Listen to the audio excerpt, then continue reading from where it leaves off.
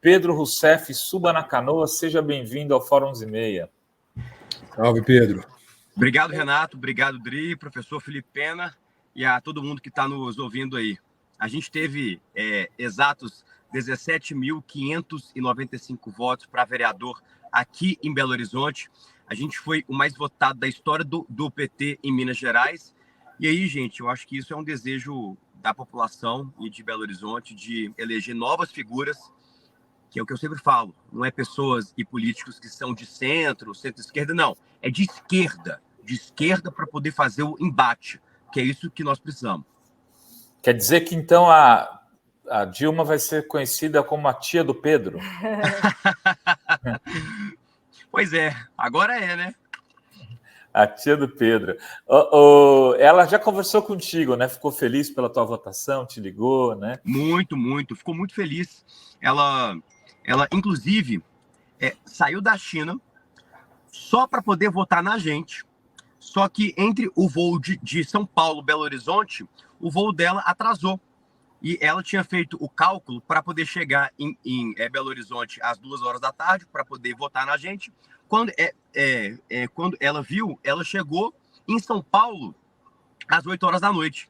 Então, até perdeu o tempo hábil de poder votar na nossa candidatura. Mas logo ali, pela noite, já saindo o resultado, ela já ligou, parabenizou. Então, foi um sucesso, graças a Deus. Pedro, como é que começou a tua história de militância? Você tem 24 anos agora, né? Tenho 24 anos.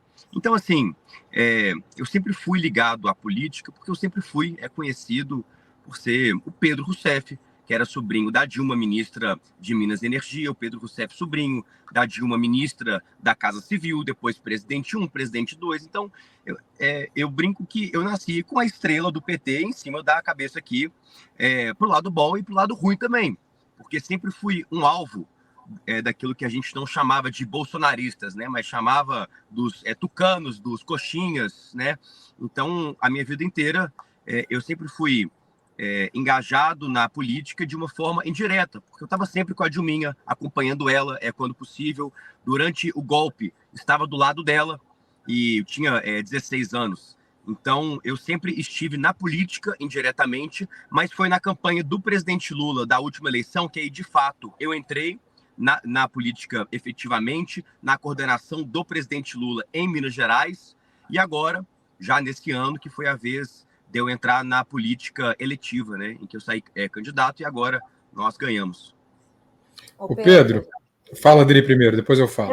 Tá, a bancada de Belo Horizonte vai ser o PL e o PT as maiores bancadas, né? Como que você prevê esse mandato? Vai ter muita rivalidade em termos de pautas mais nacionalizadas em BH? Olha, Adri, a gente teve o mesmo número de vereadores eleitos pela nossa federação, e a bancada do PL fez também os mesmos 6 vereadores que nós fizemos. A grande questão é que Belo Horizonte foi um grande exemplo disso, que mostra ainda a força que a extrema-direita tem. O Nicolas Ferreira, que é a cidade dele, Nicolas, que já foi vereador aqui, conseguiu eleger o seu fantoche. Um menino que chama Pablo Almeida, que ninguém conhece, que não tem projeto, não tem carisma, não é ninguém. O Nicolas elegeu ele com a maior votação da história de Belo Horizonte, mais mesmo do que a Duda, que tinha sido eleita com 37 mil votos. O fantoche do Nicolas teve 40 mil votos para vereador. Então, e é o que eu falei ontem nas entrevistas, que a minha entrada na Câmara e cada um dos meus votos vem com o único objetivo de combater o avanço da extrema-direita em Belo Horizonte. Porque essa grande bancada que eles elegeram é uma bancada conservadora que vai querer pautar projetos que são literalmente anti-ciência, que são projetos de censura aos professores. Então, aquele grande projeto Escola Sem Partido está na pauta deles para serem aprovados em Belo Horizonte. Então, quando eu falo que a nossa candidatura ela serve muito mais para poder barrar o avanço do extremismo, por conta disso. Então, em Belo Horizonte, nós temos ainda um grande risco do Bruno Engler, que é o candidato do Bolsonaro, inclusive 10 vezes pior que ele, ser eleito prefeito. E aí sim, somado uma prefeitura bolsonarista a uma grande bancada do PL, nós vamos precisar, sim, de ter um vereador que não tem medo, que é combativo. Pedro, primeiramente, parabéns pela eleição. Eu já tive a oportunidade de te cumprimentar pessoalmente, de forma privada, e agora faço aqui pela primeira vez de forma pública. Você mereceu bem essa eleição e é realmente essa pessoa combativa que a gente precisa. Eu quero te dar um exemplo do que você vai enfrentar e depois eu queria saber quais são as suas estratégias de comunicação para enfrentar. Um exemplo é o seguinte: o Pavanato, o vereador mais votado em São Paulo, para tirar um pouco de Belo Horizonte, ele foi eleito com um discurso só: eu sou contra a ideologia de gênero, que é uma coisa que não existe, é uma entidade metafísica, e depois é outra pauta dele, sou contra o aborto, que é um tema de legislação federal, é tema do Legislativo Federal, não é tema municipal. Enfim, o que esses caras fazem na extrema-direita é nacionalizar um debate municipal para temas de costumes, para áreas de costumes e coisas que até nem existem, como isso tem agora, que é a ideologia de gênero. Mas fazem isso com uma comunicação ampla, com uma comunicação efetiva pelas redes e tudo mais. E eu queria saber quais são as tuas estratégias de rede mesmo, quais são as tuas estratégias comunicacionais como jovem. Pô, você tem 24 anos, você tem toda a condição de rivalizar e de desconstruir essas figuras nefastas como o Nicolas, que hoje, pasmem, meus caros, é presidente da comissão mais importante da Câmara, na minha opinião, que é a Comissão de Educação. É inacreditável que isso aconteça. Então, essa era a minha pergunta, é a minha pergunta. Quais são as suas estratégias de comunicação para efetivar esse combate contra um cara tipo Nicolas ou Pavanato nas redes sociais? Olha, Felipe, a direita é sempre assim. Como eles não têm projeto, não têm discurso, não têm posicionamento em relação aos temas que de fato importam para a sociedade, tipo saúde, educação, infraestrutura, transporte, eles vivem de polêmica. Vivem de falar sobre aborto, que a Câmara de Belo Horizonte nem consta, a gente nem pode fazer nada. Vivem sobre tentar calar os professores.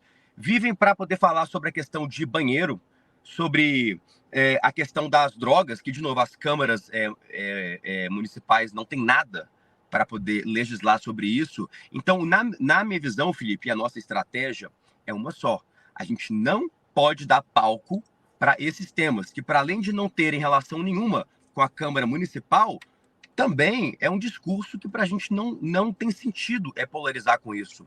Eles vivem disso. O Pavanato foi o mais votado de São Paulo, né, como você disse, com um discurso sem pé nem cabeça, com um discurso que eles pegam para poder julgar para o público deles, para ganhar like, ganhar alcance. A minha estratégia, que eu sugiro que seja também a estratégia da esquerda, é não dar palco para essas pautas. Por que a gente vai falar sobre a questão do banheiro se um vereador nem trata disso? Sobre a questão das drogas, se um vereador não trata disso?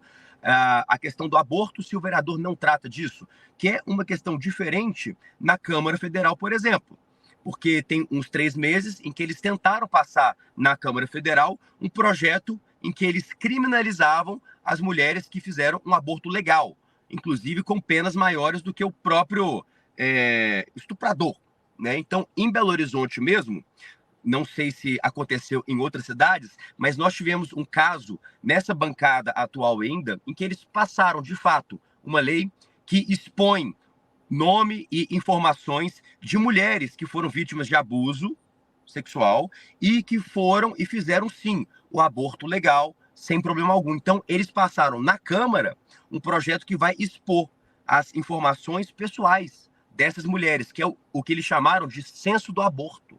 Então, são essas pautas que aí sim, quando eles conseguem passar isso no legislativo, aí que nós temos que atacar e mostrar. Mas falar sobre o aborto em si, sobre as drogas, sobre a questão de banheiro, assim, de cara, eu acho que a melhor estratégia é não falar sobre isso e dar palco para as questões que realmente importam. Ô Pedro, e como que está a disputa no segundo turno? Você pode dar uma atualizada para a gente? Qual que é a expectativa? Fala, Rovário. E como ele avalia o cenário? Eu estou fora do ar aqui por causa do StreamYard, mas vocês estão me ouvindo como Lombardi, né? Que o som vai pelo Dadri aqui. Eu queria saber também uma avaliação da campanha com o que aconteceu com o Rogério, né?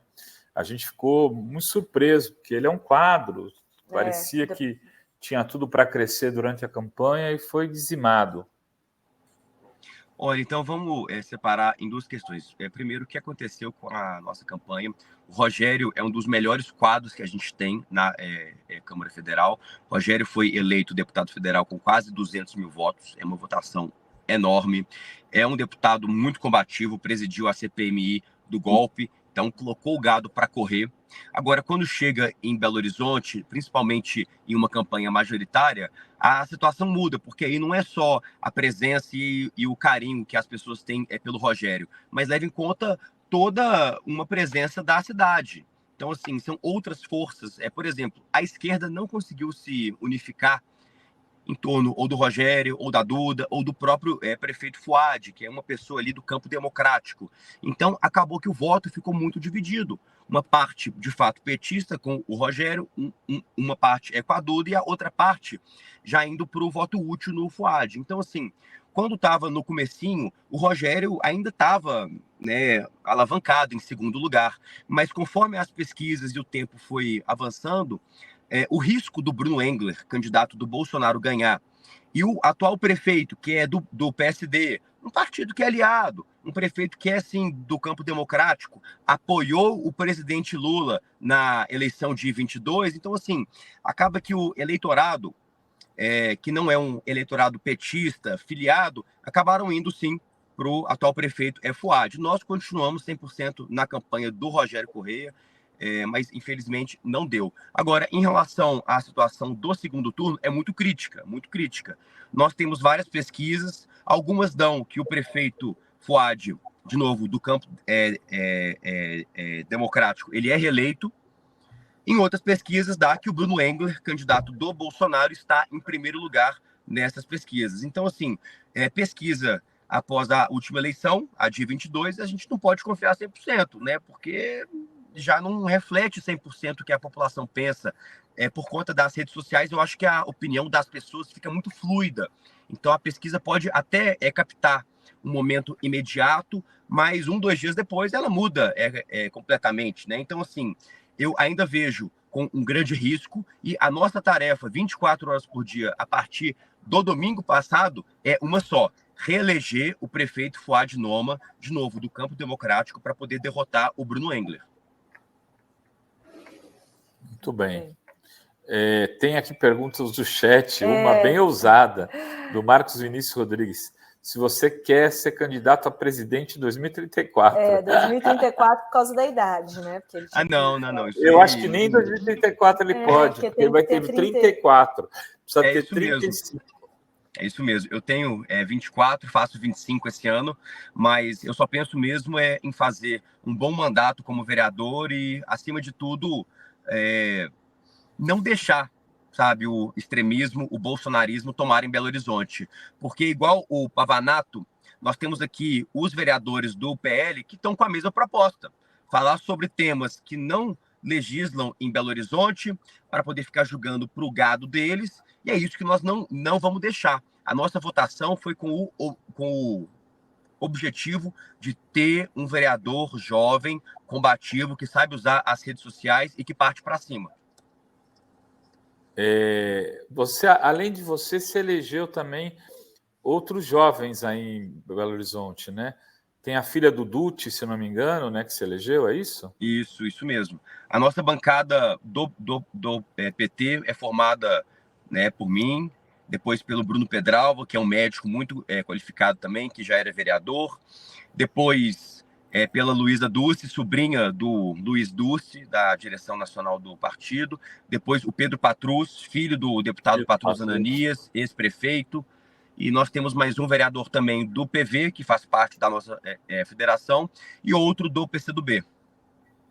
Então, ali resulta na bancada de 6 vereadores pela federação. E o PSOL elegeu quantos aí, você sabe? O PSOL fez, né, a Federação PSOL Rede, fizeram 3 vereadores. Então tem 9 vereadores aí para... Temos 9 vereadores. A nossa Câmara aqui tem 41 vereadores, então a gente tem aí por volta de 20%, alguma coisa assim. Não é desprezível, né? Fora que se juntar com a bancada do PSD, do Fuad, do PDT deve ter elegido gente também, né? Sim. Se for olhar com a base do prefeito Fuad, mais o PDT, mais o PSB, os partidos que são mais ou menos aliados ali, a gente tem uma boa bancada. Ainda não chega nem perto de fazer maioria, então é complicado ainda. Acho que, será que não elege maioria para fazer a presidência da Câmara, não? É isso que nós estamos vendo a partir desse momento. Os vereadores já estão em reunião para olhar a presidência da Câmara, porque o nosso medo, de novo, é o Bruno Engler ser eleito e a presidência da Câmara ser alguém do PL. Porque aí, de fato, com a prefeitura e a presidência da Câmara na mão do bolsonarismo, aí a situação em Belo Horizonte fica muito difícil, a ponto da gente até pensar como que nós vamos agir como bloco. Pedro, posso fazer mais uma pergunta ou temos tempo, Raul? Eu vou insistir nisso, Pedro, porque eu acho que é o meu tema aqui sempre nas conversas com o Renato, com a Adri, quando vem aqui, e aproveitando muito o fato de você ter 24 anos de idade, o fato de você ser dessa geração que já nasceu na internet, que não tem como fugir disso. E eu sempre tenho feito esse diagnóstico, porque é minha área de pesquisa aqui na universidade, e a gente tem perdido todo dia de 7-1 da extrema-direita nessa área. Infelizmente, a velocidade com que o algoritmo se manifesta a partir da violência da extrema-direita é muito grande. E a gente não usa violência, obviamente. O campo progressista tem que se reinventar, tem que toda hora usar de criatividade para conseguir duas coisas que são fundamentais: acertar a linguagem e ter a velocidade de resposta na produção de violência, de fake news e discurso enviesado da extrema-direita.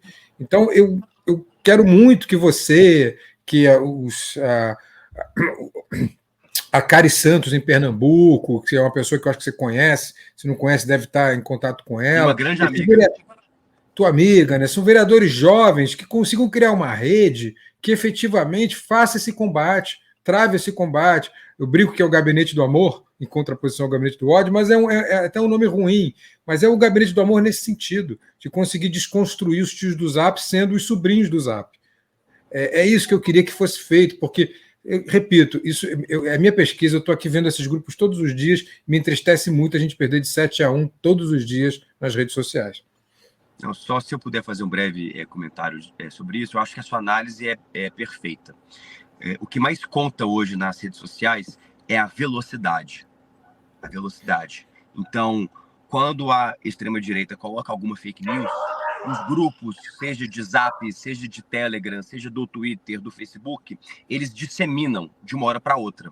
A esquerda, e aí eu acho que depende menos das pessoas que geram a informação e mais das pessoas que transmitem ela.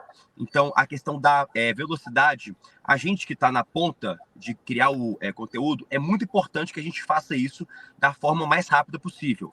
Mas eu acho que a esquerda ela está progredindo para que as pessoas que estão ali consumindo o conteúdo, elas passem também a ser transmissores desse conteúdo. Porque você pega a tia do Zap, ela não só está ali presente vendo a fake news, ela pega a fake news e compartilha ela. O que nós temos que fazer agora por exemplo, o Pedro, né, eu desminto alguma fake news e posto. Nós temos que criar dentro da nossa comunidade, dos nossos usuários, a perspectiva deles não só verem e curtirem, mas sim verem, curtirem, comentarem e compartilharem nas redes sociais dele.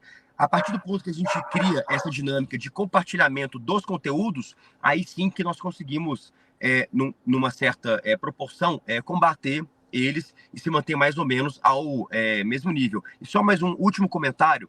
É muito importante, que é aquilo que eu sempre falo para as pessoas, para a gente não compartilhar o conteúdo deles na forma original. Ou seja, o Lula vai liberar o aborto no Brasil. Aí vai lá, o Pavanato compartilha nas redes sociais dele.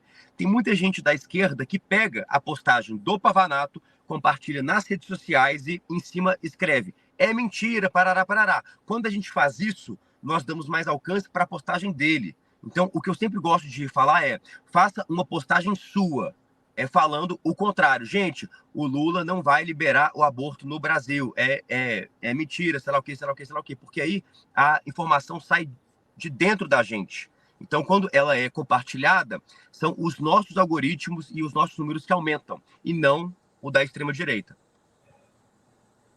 Muito bem. Já estamos aqui com o vereador também eleito por Santos, o Marcos Caseiro. Ele é um pouquinho mais velho que você, o Caseiro. Coisa pouca. Mas é um novo vereador de Santos agora, né, Caseiro? Pelo PT também. Pelo PT também, eleito com 5 mil votos aqui na cidade. Um jovem vereador. Caseirão das massas. Eu sou um velho novo, essa é a ideia, né? Vamos pôr.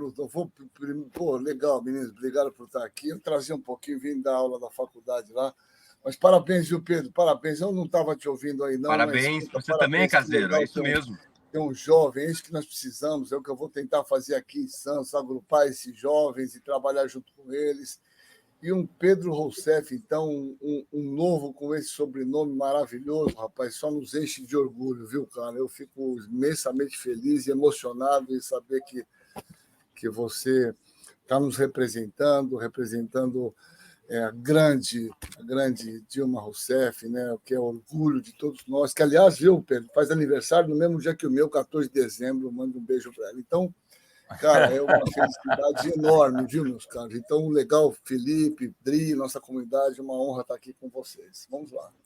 Beleza. Pedro, teus últimos comentários aí, se você quiser ficar à vontade. O último comentário é agradecer o carinho do Caseiro também e falar bons trabalhos para ele em Santos e falar também que a questão de ser jovem é menos pela idade e mais pela cabeça. Então, como já chegou o Caseiro aqui com muita energia, até mais jovem que eu nesse ponto aí. Então, muito bom trabalho para você. E assim, o último recado é mesmo agradecer, porque às vezes sempre tem algum ouvinte nosso aqui que também votou em mim em Belo Horizonte. Então, assim, agradecer de coração os mais de 17.595 votos que nós tivemos aqui. Então, assim, pode ter certeza que o voto de cada um não vai ser desperdiçado e que eu estou aqui para poder fazer a diferença e trabalhar e muito de uma forma inovadora e muito dinâmica. E, mais uma vez, para a equipe Fórum, agradecer muito pelo convite.